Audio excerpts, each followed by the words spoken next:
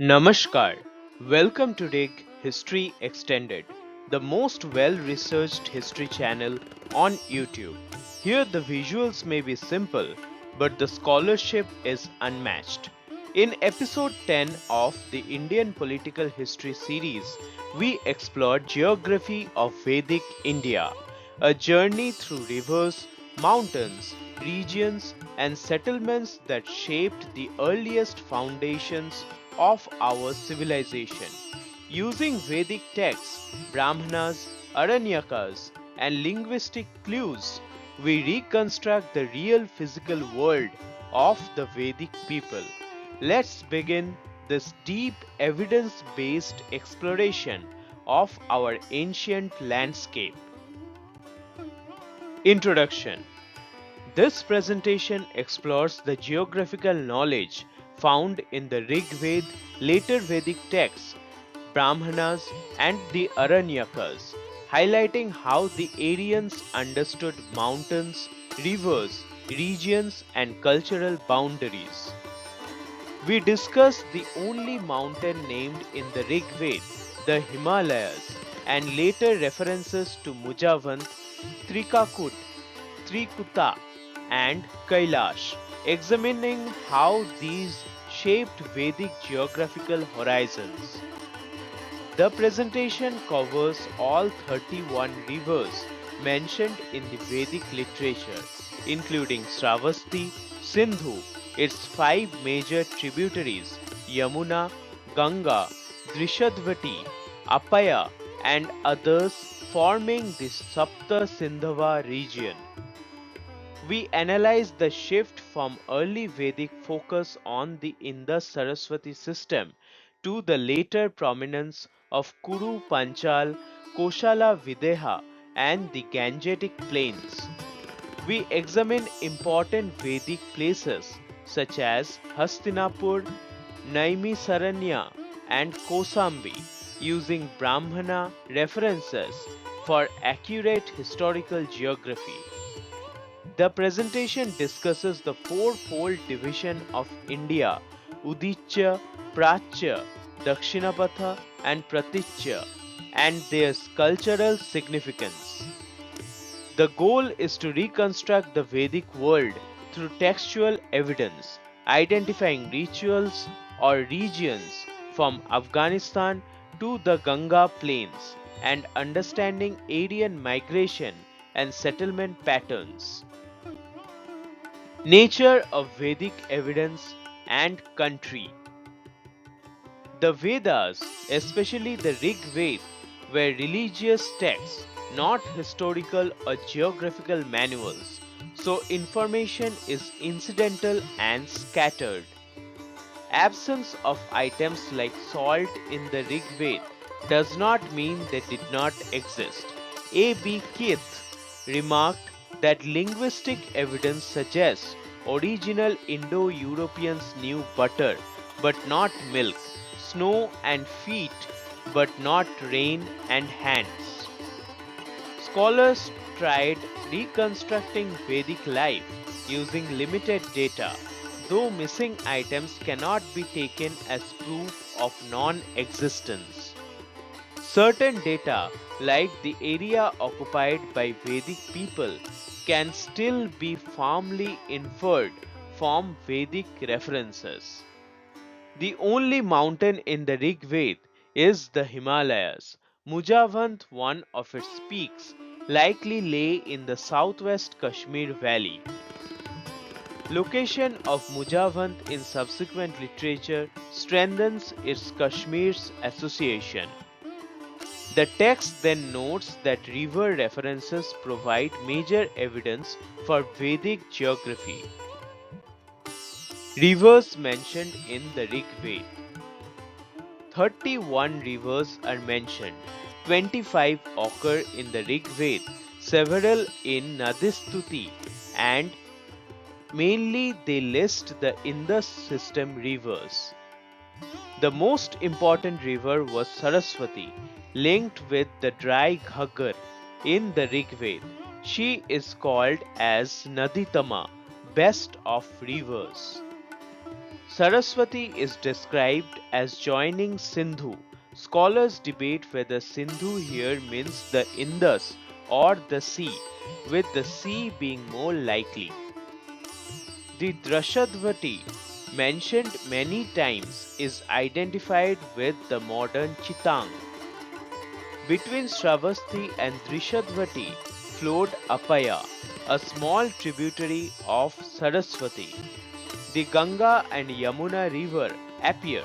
Ganga is not prominent, while Yamuna is slightly more significant, being linked to the Battle of 10 Kings. Rivers like Gomati and Sarayu are mentioned but remain uncertain in identification. Tributaries of the Indus and Sapta-Sindhavah. 5 key tributaries of Indus: Satudri, which is Sutlej; Bipas, which is Bias; Parushni, which is Rabi; Ashikni, which is Chandrabhaga or Chenab; and Vitasta, which is Jhelum, appear in the Ṛgveda. The Nadistuti substitutes Bipas with Marudridha, linked to Marudvardhan stream in Kashmir, joining Chenab at Shitwar. The term Sapta-Sindhavah occurs once and implies the country of 7 rivers. Though debated, the most reasonable view is that 7 rivers meant the Indus and its 5 tributaries, and Sarasvatī forming the region called Sapta-Sindhu. Western tributaries like Rasa, possibly Xerxes, indicate Vedic territory reaching the northwest frontier. The Kubha, which is Kabul River, joins Indus near Atok after receiving Suvastu, which is Swat, and Gauri. Krumu, which is Kurram, and Gomati, which is Komal, served as southern tributaries. The Indus also received Surastu and Svetvaya above Kabul, and Mehetnu, Krumu, Gomal below Kuva. Additional rivers and extent of Vedic region. Mentioned once as the battle site, Harayupiya, its location is uncertain and sometimes inaccurately associated with Harappa. The Krumu, Mehetnu and others appear but remain difficult to firmly identify. Evidence suggests that Ṛgvedic people occupied regions covering modern Afghanistan, Punjab, British Northwest Frontier Province, Sindh, Rajasthan, and Kashmir. In eastern India, they may have advanced up to the Sarayu in Outh if equated with the Vedic Sarayu. Ṛgveda states that Drishadvati, Sarasvatī, and Apaya flowed through the same territory, a key geographical marker. River names and identifications remain the strongest evidence for locating Vedic settlements and movements. Combined references indicate a broad Vedic homeland centered around the Indus-Sarasvatī system, extending from Afghanistan to western Gangetic plains. Later Vedic geography and disappearance of Sarasvatī. In the later Vedic period, Sarasvatī disappeared near Vinasana, modern Patiala district, reappearing at Palaksha Prasaravana 44 days journey away. The Satapatha Brahmana extends the Vedic horizon beyond the former limits to include Karusha and Videha. The boundary between these regions was marked by rivers Karatoya, Gandak, and Rapti. Mentioned only in post-Vedic literature, river Reva Narmada, which is referenced by Webnad in Satapatha Brahmana as Revottaras, confirming its later recognition. Parichakra is identified with Ekachakra or Kampila between Badaun and Farrukhabad. Ashandivat, where Janmejaya performed his horse sacrifice, is identified with Nagashahaya, modern Hastinapur, near Meerut. Naimiṣāraṇya, a sacred forest near modern Nimsar in UP, is noted in both Satapatha Brahmana and Gopatha Brahmana. Regions and settlements of later Vedic India. Kauśāmbī, which is Kauśamba, may have meant descendant of Kausamba and is identified with Kosham near Allahabad on the Yamuna. Mentioned in Manu, Madhya Desha, and later literature, Madhya Desha is described in Aitariya Brahmana as Madhyama Pratisthaha or the middle fixed region.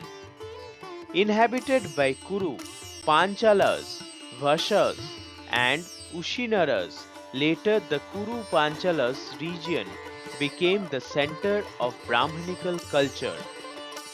Extended east to Kosala Videha, modern Oudh and Mithila, and west to the desert was the boundary of Madhya Desha. Aitariya Brahmana mentions Prācya or dwellers in the east, referring to peoples of Kashi, Kosala, Videha, and Magadha. The Bodhayana Dharma Sutra defines Dakṣiṇāpatha as the road of the south, referring to Deccan, often coupled with Saurashtra. The term Dakṣiṇāpada, with the southward foot, is found in Ṛgveda volume 2. It suggests awareness of lands beyond the Vindhyas. Northern and Himalayan references.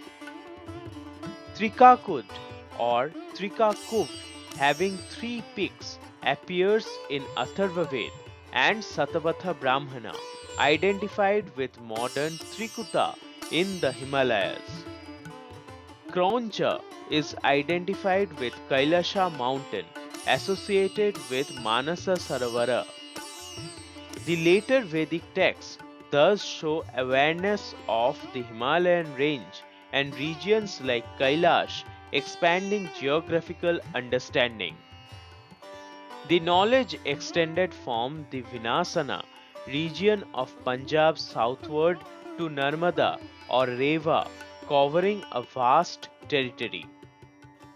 The sanctity of Hastināpura, Naimiṣāraṇya, and Kauśāmbī reflects settled, ritual-centered life in the central Gangetic plains.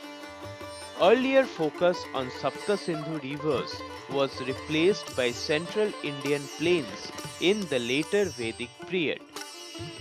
These expansions mark the transition from Ṛgvedic tribal geography to settled Aryan civilization along the Ganga-Yamuna belt.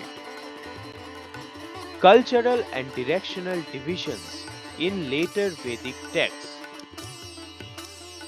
By the later Vedic period, India was recognized as divided into 4 quarters: north, which is Udīcya, east Prācya, south Dakṣiṇāpatha, and west Pratīcya. The Satapatha Brahman mentions Brāhmaṇas of the north, Udīcyas, who vanquished the Kuru-Pañcāla Brahmana Uddalaka Aruni in debate. The eastern region included Kashi, Kosala, Videha, and Magadha, forming a new cultural frontier. The Dakṣiṇāpatha region extended across Deccan and Saurashtra, recognized in Bodhayana Dharma Sutra and Ṛgveda as lands south of the Vindhyas. The Russia, Xerxes, and Sindhu references indicate awareness extending beyond modern India into Afghanistan. The country beyond the Vindhyas was known vaguely. It was termed somewhat hazy in the Vedic knowledge, but recognized as existing. By the end of the Vedic period, the Aryans' understanding of India extended from Kailash in the north to Narmada and Deccan in the south, marking a comprehensive sacred geography. Sources: the information in this presentation is based primarily on Ṛgveda, which provides the earliest references to mountains, rivers, regions, and tribal territories of the Vedic people. The Atharvaveda has been used for identifying mountain names such as Trikakud or Trikakud, showing the expansion of Vedic geographical awareness. Important geographical and cultural details have been drawn from the Satapatha Brahmana, which discusses boundaries, sacred sites, northern Brāhmaṇas, and later Vedic settlements. References to Himalayan peaks like Krauncha and Trikuta come from the Taittiriya Āraṇyaka, contributing to our understanding of northern geography. The Aitiriya Brahmana provides descriptions of Madhya Desha, eastern peoples, and the cultural expansions into regions like Kashi, Kosala, Videha, and Magadha. Southern geographical terminology such as Dakṣiṇāpatha has been drawn from the Bodhayana Dharma Sutra, explaining early Vedic knowledge of the Deccan. Additional identifications and cultural interpretations have been supported by Weber's analysis and Vedic index, ensuring historical accuracy in reconstructing Vedic India. Thank you for watching this episode on the Geography of Vedic India here on Rig History Extended, the most well-researched history channel on YouTube. I hope this detailed reconstruction of ancient rivers, regions, and settlements helped you see the Vedic world with clarity, supported by authentic sources.